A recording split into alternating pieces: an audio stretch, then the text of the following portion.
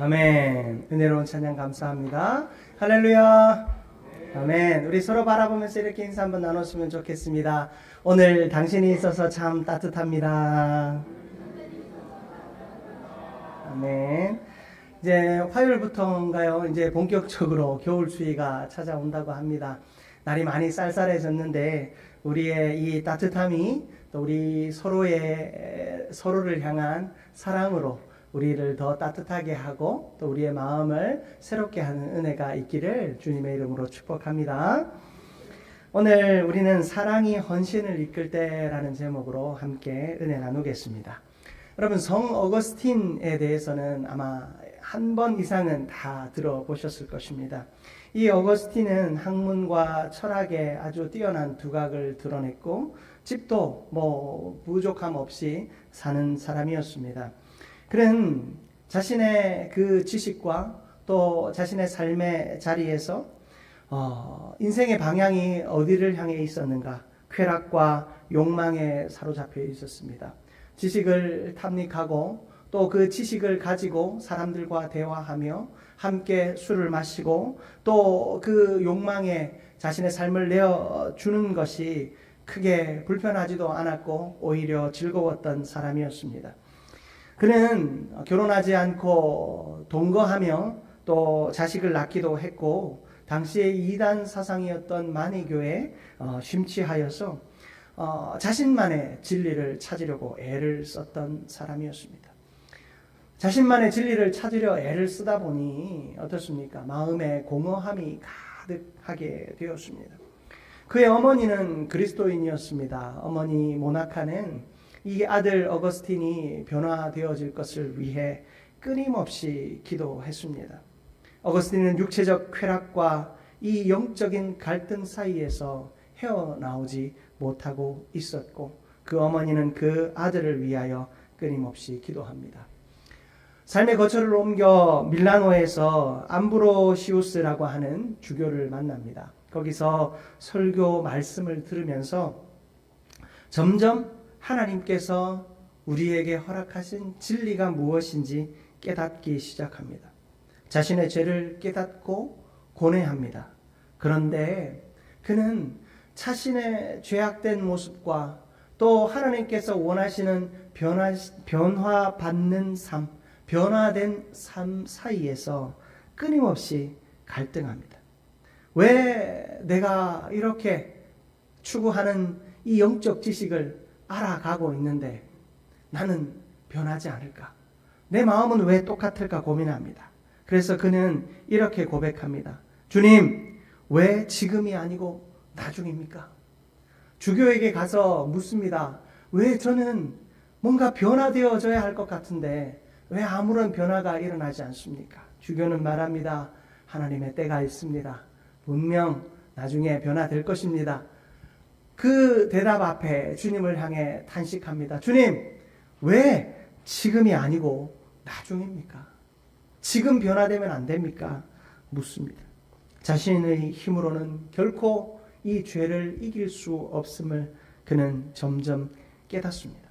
여러분, 우리가 묻는 이 질문, 어쩌면 우리의 일상과 너무 가까이 있다고 생각되어지지 않습니까? 우리가 말씀을 듣고 신앙생활 하면서 내가 뭔가 변화되었으면 좋겠다 마음으로 간절히 소원합니다. 그런데 내 인생이, 내 삶이 변화되어지지 않는 모습 앞에서 탄식하며 묻습니다. 목사님, 저에게 물어도 제가 아마 똑같이 대답했을 겁니다. 하나님의 때가 있습니다. 지금이 아니더라도 하나님이 일하실 때가 분명히 있을 것입니다. 말씀하면 아마 시원한 마음으로 돌아가는 사람은 아무도 없을 것입니다. 마음의 답답함을 가지고 돌아갑니다. 목사인 저에게 찾아오지 않더라도 스스로에게 질문을 던질 수 있죠. 하나님, 왜 나는 변화되지 않습니까? 하나님, 나는 왜 새로워지지 않습니까? 이 질문 앞에 하나님은 뭐라고 대답하실까요? 어느 날이었습니다. 이 밀라노 정원에 그가 고뇌 정원에서 고뇌하고 있었습니다. 간절히 하나님 앞에 기도하고 있었습니다. 그런데 저 밖에서 아이들이 뛰어놀며 흥얼거리는 노래소리가 들립니다. 톨레레게 톨레레게, 무슨 뜻이냐면 집어들어 읽어라, 집어들어 읽어라. 이런 아이들의 소리가 들리기 시작합니다. 그는 곧바로 성경을 펼쳤습니다. 그 펼친 성경이 로마서 13장 13절에서 14절의 말씀이었습니다. 우리 같이 한번 화면을 보며 합독해 보겠습니다. 낮에와 같이 단정히 행하고 방탕하거나 술 취하지 말며 음란하거나 호색하지 말며 다투거나 시기하지 말고 오직 주 예수 그리스도로 옷 입고 정욕을 위하여 육신의 일을 도모하지 말라. 아멘. 여러분, 방탕하거나 술 취하지 말며 음란하거나 호색하지 말며 다투거나 시기하지 말고, 이 말씀이 딱 자기의 눈에 보여지는데 자신의 삶이 그 말씀 앞에 그려지기 시작하는 겁니다. 자기가 교회에 나와서 말씀을 듣고 그렇게 고민하고 괴로워하며 이 죄의 문제를 어떻게 해결할 수 있을까, 자신의 삶이 어떻게 변화되어질 수 있을까 고민했지만 실제적으로 자기가 어떤 죄를 짓고 있는지, 자기가 어떤 모습으로 살아가고 있는지는 바라보지 않았다라는 것입니다. 우리가 말씀을 듣는데 그렇지, 하나님의 말씀은 저렇지, 은혜롭지, 생명이 있지, 능력이 있지, 예수님께서 나를 구원하셨지, 우리가 입술로는 그렇게 고백하는데 그 말씀을 들으며 내 삶의 죄악된 모습들을 구체적으로 바라보지 않더라는 거예요. 내가 어떻게 음란의 죄를 짓고 있고, 내가 어떻게 방탕한 삶을 살아가고 있는지, 내가 어떻게 나의 인생의 통제권을 성령이 아니라 술에게 맡기고 살아가고 있는지, 내가 어떻게 다투고 있는지, 내가 어떻게 시기하고 질투하고 있는지 말씀을 들으며 내 삶을 구체적으로 바라보지 않으니 여러분, 우리의 삶에 변화가 일어나지 않는 것입니다.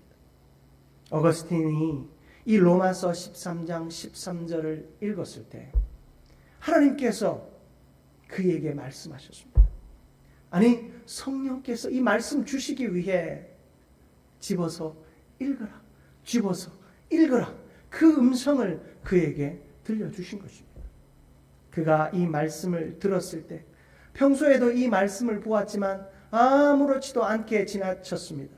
나와는 상관없는 이야기다 생각하며 지나쳤습니다. 그런데 그 말씀 앞에서 자기 자신의 죄가, 자기가 지금 살아가고 있는 모습 그대로가 그 말씀에 드러나고 있음을 깨닫게 된 것입니다.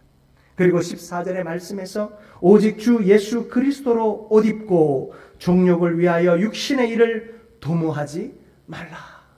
종욕을 위하여, 자신의 쾌락을 위하여, 그리고 그 지식까지도, 성경을 읽고 예배에 참여하고 말씀을 듣는 것까지도 자신의 영적인, 아니 자신의 지적인 필요를 채우기 위해서 들었다라는 것을 깨닫고, 육신을 위하여, 정욕을 위하여, 자신의 지식을 위하여 행하던 모든 일들을 벗어버리고 예수 그리스도로 옷 입으라라고 하시는 그 성령의 음성 앞에 그는 꼬꾸라지게 된 것입니다.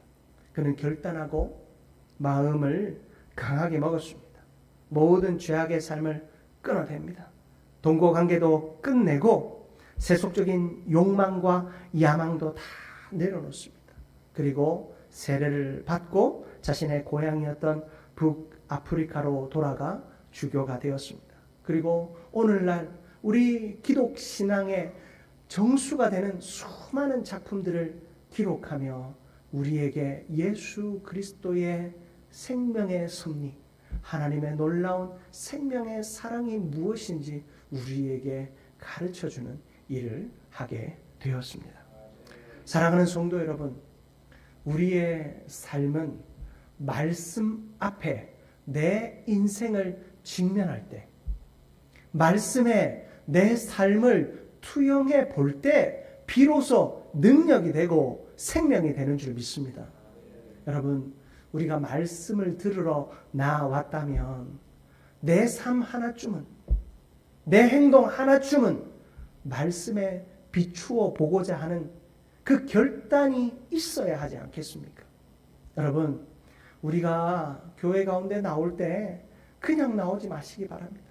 아이고, 주일이네. 교회 가야지. 내가 맡은 일이 있으니 아이고, 주일이네. 그런 급한 마음을 가지고 나오지 마시기 바랍니다.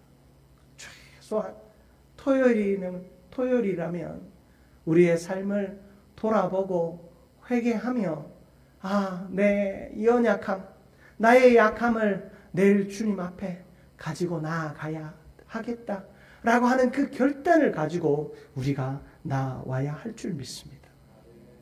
오늘 본문은 예수님께서 베드로를 만나 주신 장면입니다. 베드로를 떠올리면 여러분 어떤 일이 가장 먼저 떠오르십니까? 베드로를 떠올리면 저는 닭이 생각납니다.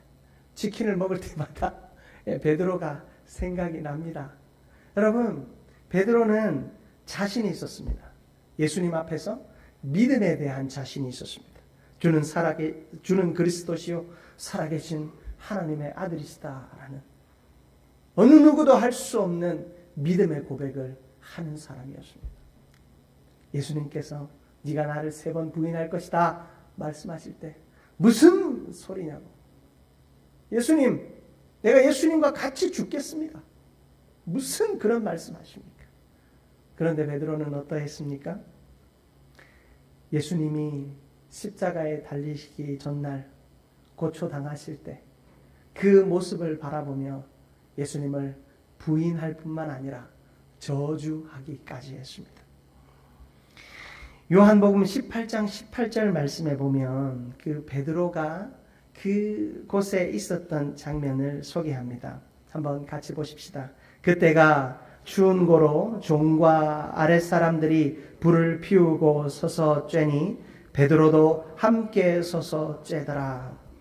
예수님이 신문 받으시는 모습을 사람들이 구경거리로 삼고 있었습니다.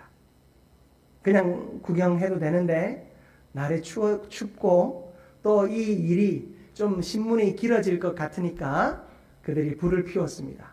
그리고 그 불 앞에 삼삼오오 모여서 그 예수에 대하여 험담하기 시작합니다.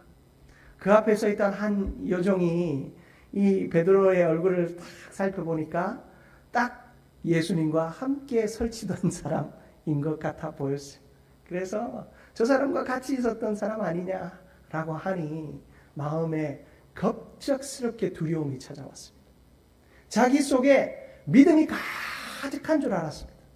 자기 안에는 어떤 순간에도 넘어지지 않는 믿음의 충만함이 가득하다라고 생각했습니다.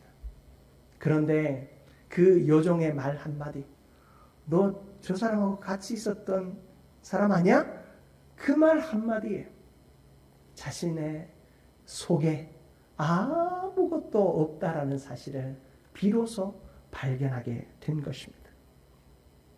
그런 그에게 예수님이 찾아오십니다. 요한복음 21장 9절 말씀입니다. 21장 9절 말씀 우리 같이 한번 합독해 봅니다. 육지에 올라 보니 숯불이 있는데 그 위에 생선이 놓였고 떡도 있더라. 아멘. 여러분, 예수님께서 불을 피워 두셨어요.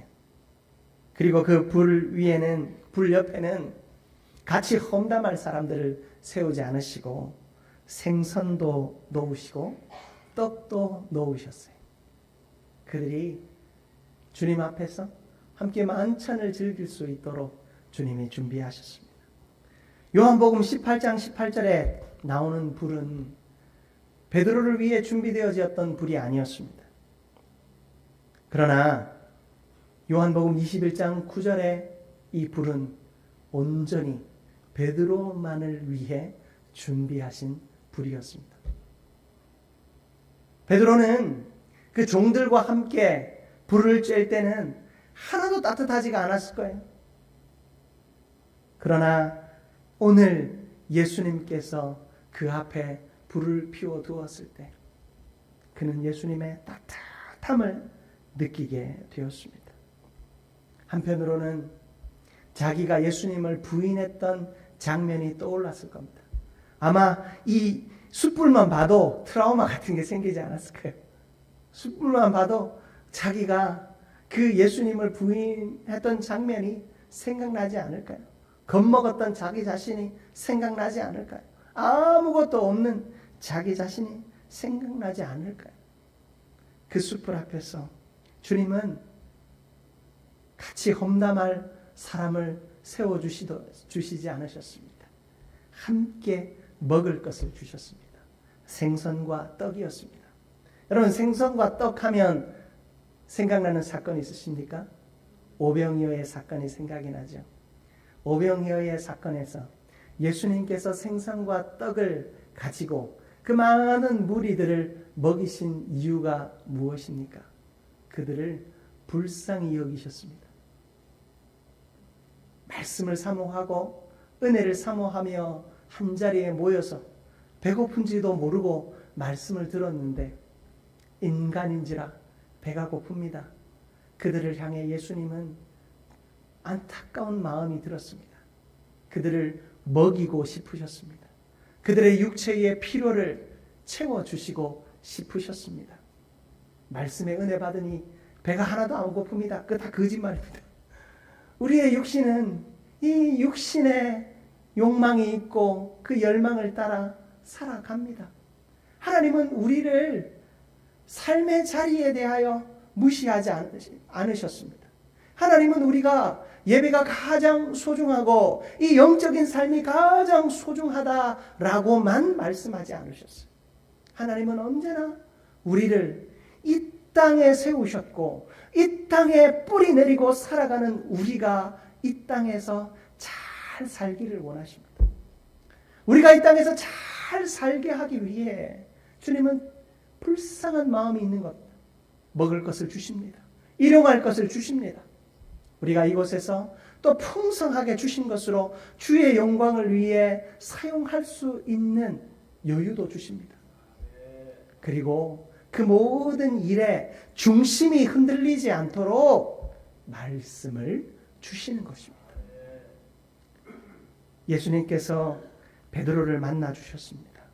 생선도 주시고 떡도 주시며 그에게 그만을 위한 온전한 환경을 만들어 주셨습니다.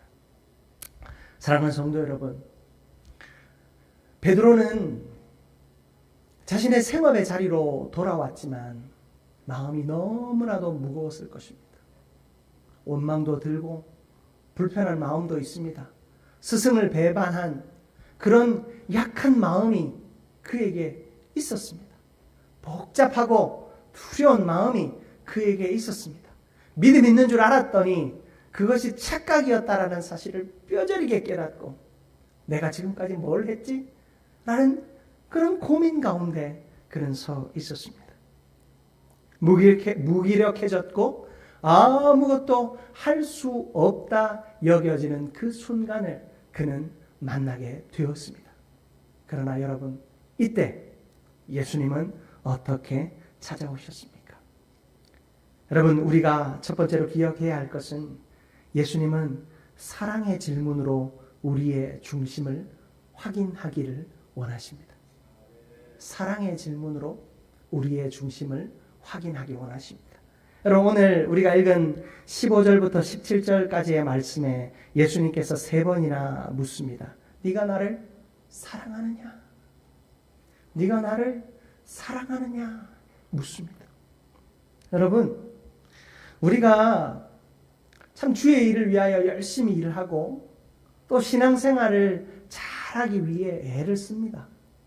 그러나 언제나 열심일 수만은 없어요.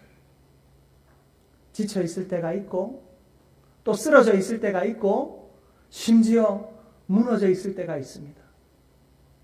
내가 아무것도 할 수 없다 여겨질 때가 있습니다. 기도도 안 되고 찬양도 안 되고 말씀을 들어도 은혜가 안 되고 아무것도 안 되는 때가 있습니다. 내가 신앙생활을 하는데 하나님을 내가 만나고 있는지, 아니 하나님이 내 안에 살아 계신지조차 의심이 되는 순간을 만날 수 있다라는 거예요. 세상 사람들은 우리를 향해 채찍질합니다. 막 때린다는 것이 아니라 말에게 채찍을 가하듯이 더 열심히 하라고 말합니다. 그럴 때일수록 더 열심히 해야 돼 라고 말합니다. 저도 그렇게 말한 것 같습니다. 죄송합니다. 여러분, 우리가 약하여져 있을 때 주님은 어떻게 찾아오시는가? 내 안에 주님을 향한 사랑이 있는지를 확인하십니다. 내 삶에 공로를 세워보도록 하지 않으시고 내 삶에 어떤 헌신의 역사를 살펴보지 않으셨어요. 주님은 그저 네가 나를 사랑하느냐? 라고 물으셨습니다. 여러분, 우리의 중심이 주님을 향한 사랑으로 가득할 때 우리는 헌신할 수 있고 충성할 수 있고 주의 역사를 이룰 수 있습니다. 여러분, 우리 서로 바라보면서 이렇게 질문해 보십시다. 서로를 바라보면서 당신은 주님을 사랑하십니까? 네. 여러분, 우리 안에 주님을 향한 사랑이 있어야 돼요. 주님이 나를 사랑하셨기에 내가 주님을 사랑하는 그 마음이 있어야 합니다. 그 사랑이 먼저 회복되어져야지 헌신할 수 있고 충성할 수 있는 것입니다.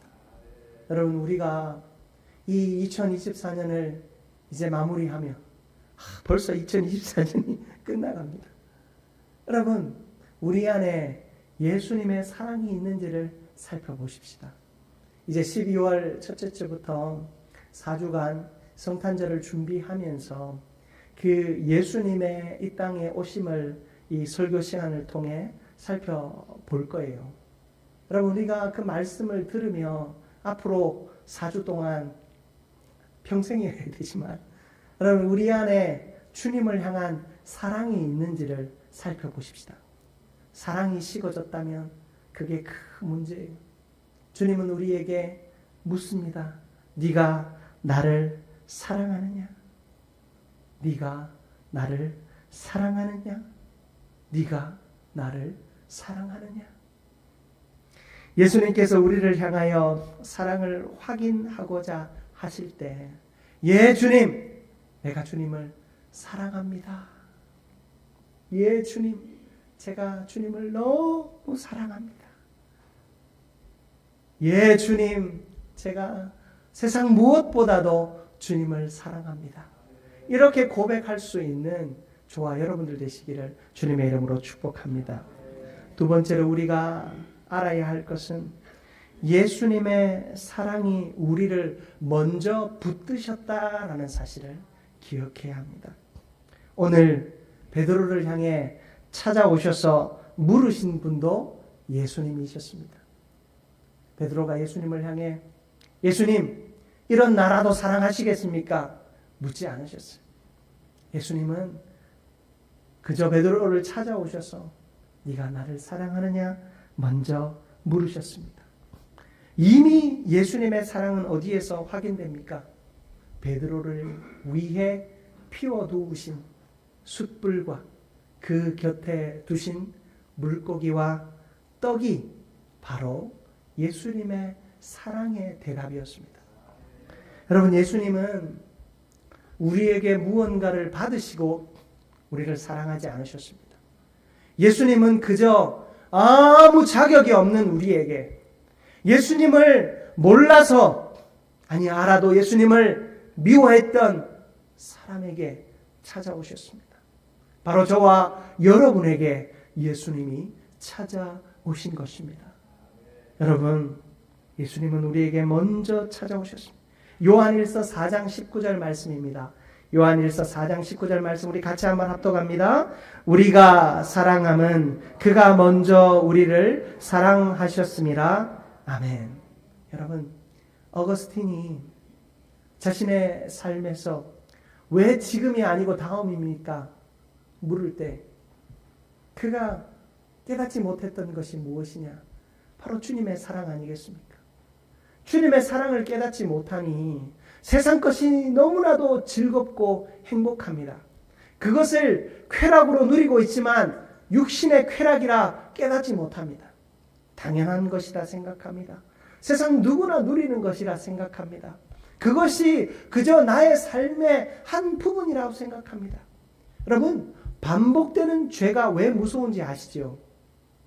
반복되는 죄는 그것을 죄라고 여기지 못합니다. 반복되는 죄는 그저 그것이 내 모습이라 생각합니다. 주님의 사랑이 우리 가운데 있을 때 그것을 분별할 수 있습니다. 그것이 단순한 나의 습관인지, 단순한 나의 성품인지, 아니면 반복되는 죄를 나의 습관으로 혹은 나의 어떤 성품으로 착각하고 있는지, 예수님이 사랑이 깨달아질 때 우리는 그것을 분별할 수 있습니다. 사랑하는 성도 여러분, 우리를 사랑하여 이 땅 가운데 오신 예수님, 우리가 사랑함은 그가 먼저 우리를 사랑하셨습니다. 말씀의 자리에서, 봉사와 헌신의 자리에서 우리를 먼저 사랑하신 예수님을 깨닫게 되는 은혜가 있기를 축복합니다. 여러분, 우리가 선포되어지는 말씀을 통해 그 사랑을 깨닫고 그 사랑이 나의 인생을 직면하게 하시는 그 하나님의 역사를 매주 경험하게 되는 저와 여러분들 되시기를 축복합니다. 여러분, 오늘은 우리의 삶에 사랑 없음을 직면할 수 있기를 축복합니다. 여러분, 다른 사람 쳐다볼 것도 없어요. 저 사람은 사랑이 많고 저 사람은 사랑이 없고 목사님은 사랑이 좀 더 있고, 여러분, 그런 거 생각할 필요가 없습니다. 내 안에 사랑이 있으면 다 되는 겁니다. 사랑은요, 흘러가는 거예요.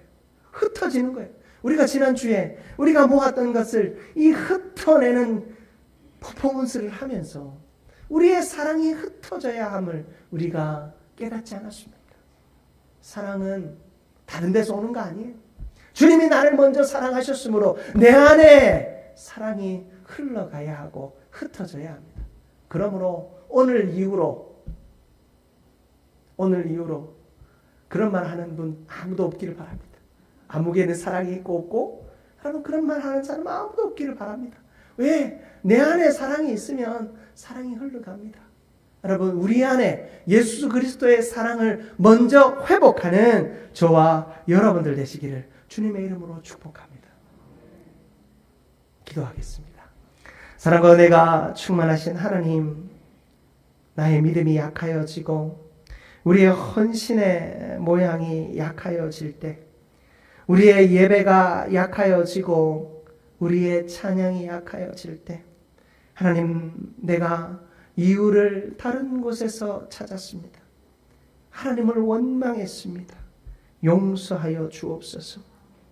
나를 향하여 채찍질하지 않으시고 나를 향하여 더 열심히 하라고 밀어붙이지 아니하시고 오히려 사랑하여 주신 예수님을 발견하게 하여 주옵소서. 그 예수님의 사랑으로 우리가 더 아름답게 자라가게 하시고, 나를 사랑하셔서 이 땅 가운데 오신 예수님을 깊이 만나는 우리 모두가 되게 하여 주옵소서. 그렇게 우리를 변화시키실 주님을 기대하며 예수 그리스도의 이름으로 기도드립니다. 아멘.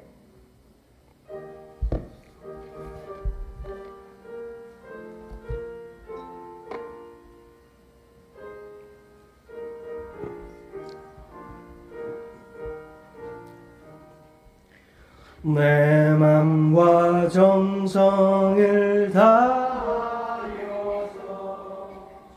주 너의 하나님을 사랑하라.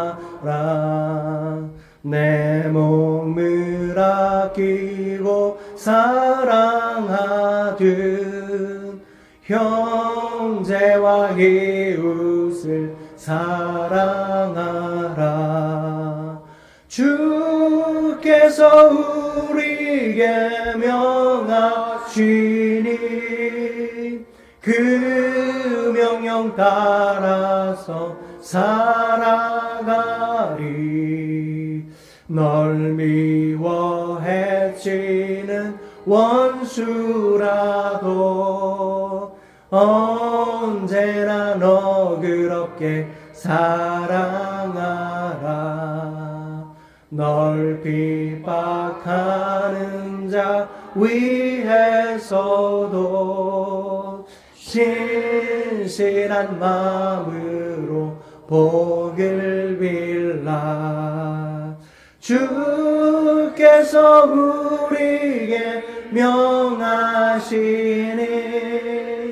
그 명령 따라서 살아가리. 나 항상 주님을 멀리하고 영질 사랑하지 못하였다. 이러한 죄인을 사랑하사 주께서 몸버려 죽으셨다. 속죄의 큰 사랑 받으리모 내 생명 다 바쳐 충성하리. 아멘.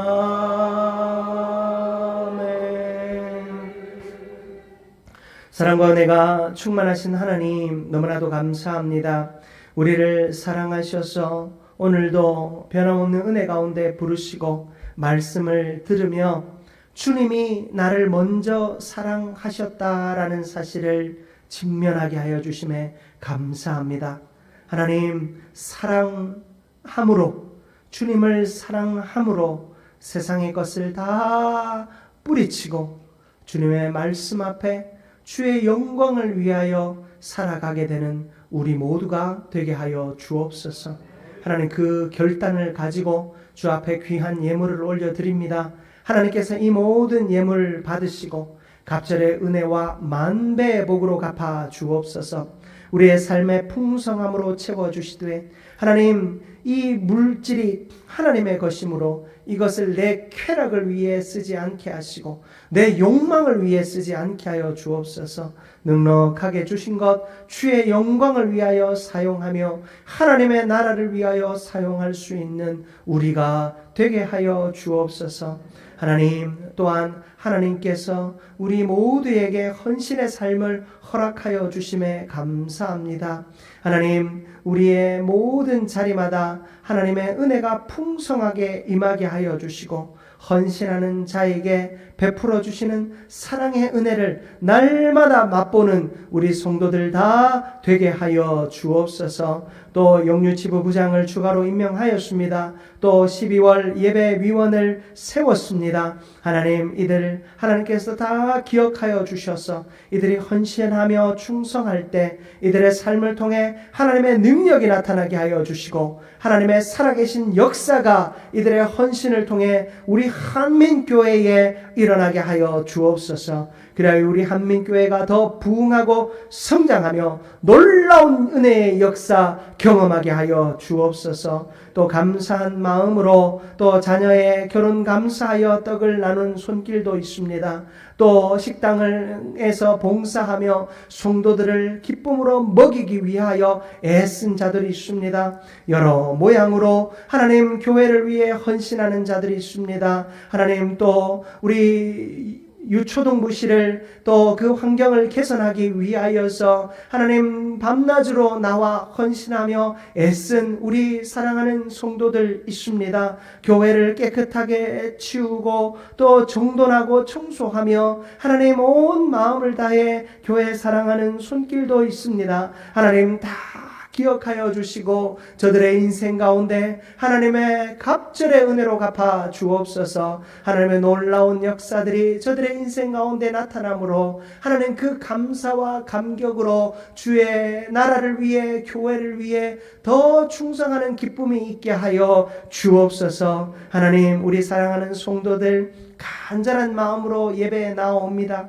은혜 받기 위해 나옵니다. 하나님, 이들이 주님을 사랑하는 마음을 늘 깨닫게 하여 주시고 또 주님이 이들을 사랑하는 사실을 깨닫게 하여 주옵소서.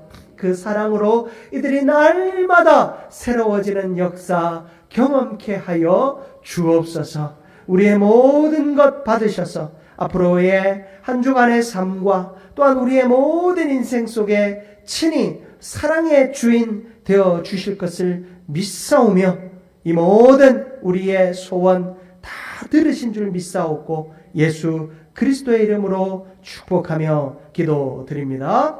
아멘.